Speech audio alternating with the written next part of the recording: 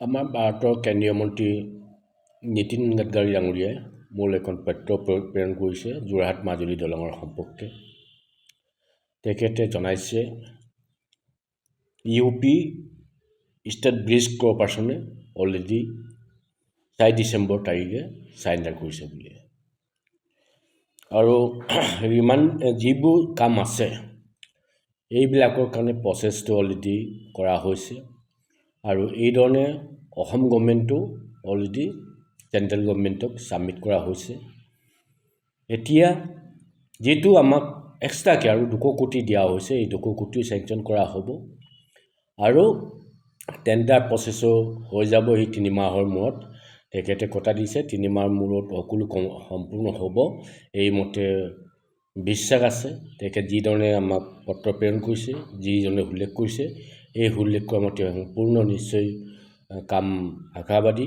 আৰু এইটো কথাত আমি স্বীকাৰ কৰিব লাগিব, আমাৰ মাননীয় মুখ্যমন্ত্ৰী ডাঙৰীয়াই যিধৰণে সেই দলঙৰ কাৰণে পদক্ষেপ লৈছে, তেখেতৰ চেষ্টা বলতে এইধৰণে আগবাঢ়িছে।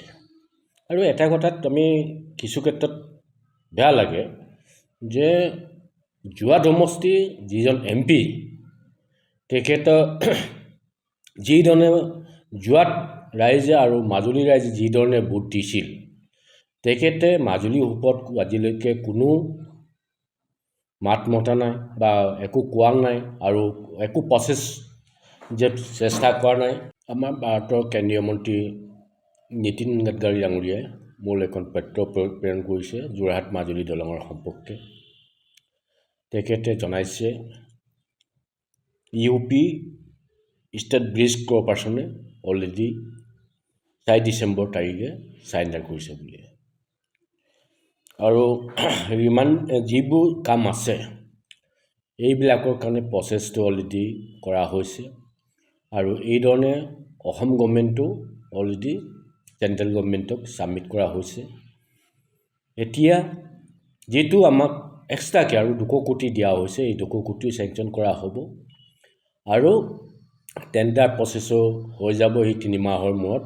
তেখেতে কথা দিছে 3 মাহৰ মূৰত সকলো সম্পূৰ্ণ হ'ব, এইমতে বিশ্বাস আছে।